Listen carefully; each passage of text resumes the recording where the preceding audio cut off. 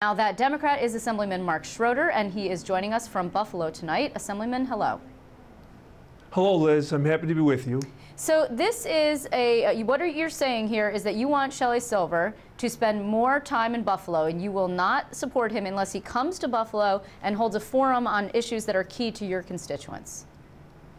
Well, Liz, yes, I've been down this road before. I am now completing 6 years in the New York State Assembly. My first term, I did not vote for the Speaker for Speaker. And it wasn't personal. It was a business decision that I made because my constituents have been very frustrated. They continue to be frustrated. And so I made it very clear to the Speaker in a letter to him that I am asking him to come and participate with me in a public roundtable discussion on issues very important to Western New York.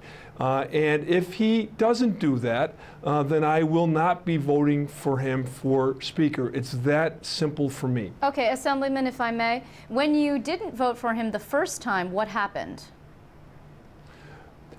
Well, I didn't vote for him. And that's, you know, I've been reelected 3 times. I have, you know, important work to do with my constituents. I have formed partnerships within the Assembly with on both sides of the aisle. I have a working relationship with the Speaker and with Central staff. And so, as far as I'm concerned, nothing really happened adversely. And this is something that I feel very strongly about. And if the Speaker would like to come here to Buffalo and to my district and talk about UB 2020 and what it means to Western New York, $5 billion worth of construction over the next decade and 14,500 students coming to downtown Buffalo, I think these are important matters. And in my view, he single-handedly prevented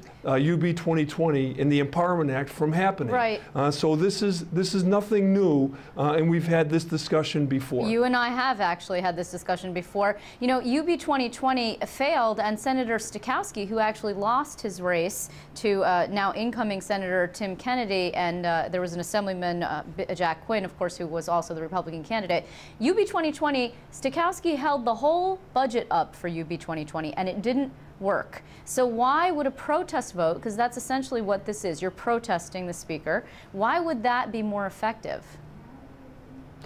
Well, I don't, I mean, Liz, in all due respect, those are your words that I'm protesting the Speaker. I'm not. Here's the fact. The fact is he is very, very powerful. In fact, he has equal power to a governor. Shelley Silver is elected by probably 16,000, 17,000 people. The governor is elected by 4 million people, and he has accumulated power 17 years as Speaker. So I understand it. And now if he wants to be helpful to our community and to Western New York in particular, and he wants to figure out a way how to get UB 2020, the Empowerment Act, to work, then I think he should do that. You know, last year we bailed out the MTA bailout. What did roads and bridges in Western New York get?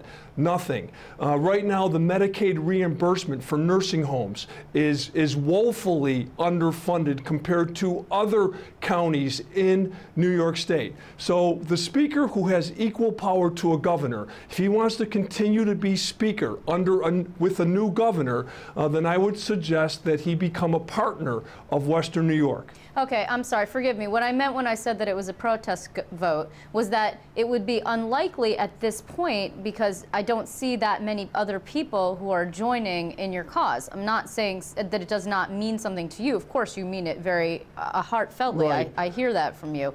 I just meant that I didn't see a lot of people who were joining you. No, Liz, why is that? Why is that, Liz? About 2 months ago, I had suggested that perhaps I would run for Speaker. Now, at the time I said it, there were 108 Democrats in the New York State Assembly. Not one of them would nominate me for Speaker. Why? Is because they would have to ask permission to Assembly Speaker Sheldon Silver to do it. That is also in part what's wrong with Albany and with the New York State legislature. There is not a lot of independence. The only chance I really had to be nominated for Speaker failed on Election Day.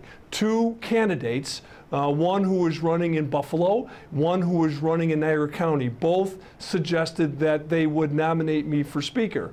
They both lost, so now there's no chance for it. Does that mean I'm really disappointed? No, I really had no intentions of being Speaker. What does it tell you about what's happening in our state? Is that everybody belongs to the Shelley Silver Club, so, and that is problematic. Okay, so here's the thing, though. There have been reports that there are some whispers going around, if you will, in the Assembly that some people maybe think that Governor-elect Cuomo perhaps does not want Shelley Silver to be Speaker.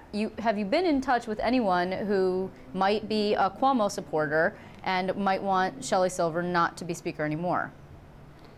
No, I haven't. I haven't reached out to anybody. All I did was, prior to November's election, I did reach out to the Democratic nominees, non-incumbents, thinking that perhaps they would want to have a conversation with me, or perhaps figure out a way that we would kind of have a conversation. Is it time for a new Speaker? Not one response from any of them either.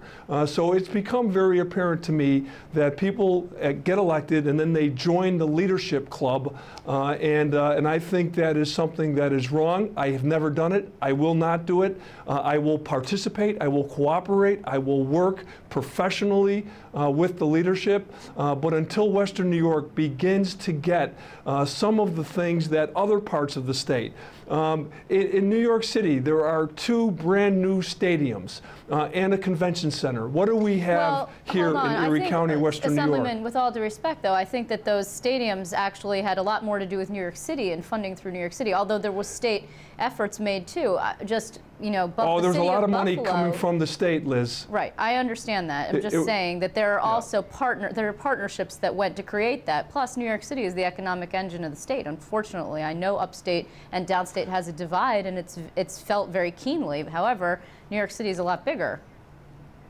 No, and I'm grateful for that. But you know, it's time that we have our fair share. How the Speaker and the majority conference in the Assembly could take the UB 2020 Empowerment Act and not let it go to the next level and be implemented is beyond me. And I know what the answer is, and I think most people know what the answer is. And the answer is, over the last 17 years, the Speaker has controlled every single Board of Regents person for the last 17 years. The Speaker and the Assembly, they do not and cannot control SUNY Board of Trustees. And so therefore they don't trust SUNY to do things that are entrepreneurial, that are different, that are game changers, and that can be helpful to students and also to communities. And that, in my view, is misguided. And so if the Speaker would like to come here and have a discussion on these issues, then I would be very open to his candidacy for Speaker. Okay, but until he shows Western New York that respect, then it's going to be something that I'm not really going to consider. Okay, we're unfortunately running out of time. I want to ask you in parting, though, it's clear that this is a frustrating issue for you. And I'm just curious why you persist in being in the Assembly if you feel like you can't get your message heard in terms of the leadership of the Assembly, and you haven't so far managed to change it. Well, Liz, let me just say this. I have been able to produce each and every day for the last 6 years for the constituents that I represent. And I have constituents beyond just the people who live in houses in my 11 neighborhoods. I have constituents like senior citizens, veterans, people, adults who need a GED, and also the developmental disability community. So I have produced for my constituencies each and every day. I am the only one standing up in 108 members of the New York State Assembly saying, shouldn't we have a conversation about leadership? Nobody else is doing that, Liz. Not yet, Assemblyman, but we shall see. In the meantime, I want to thank you very much. Well, you know, Liz, the only thing that's really amusing to me is that the other Assembly members who are whispering suggest to them that they need to speak loudly. If I hear from any of them, I will indeed do so. In the meantime, though, I want to thank you very much, Mark Schroeder, for joining us from Buffalo. Okay, thank you, Liz Benjamin.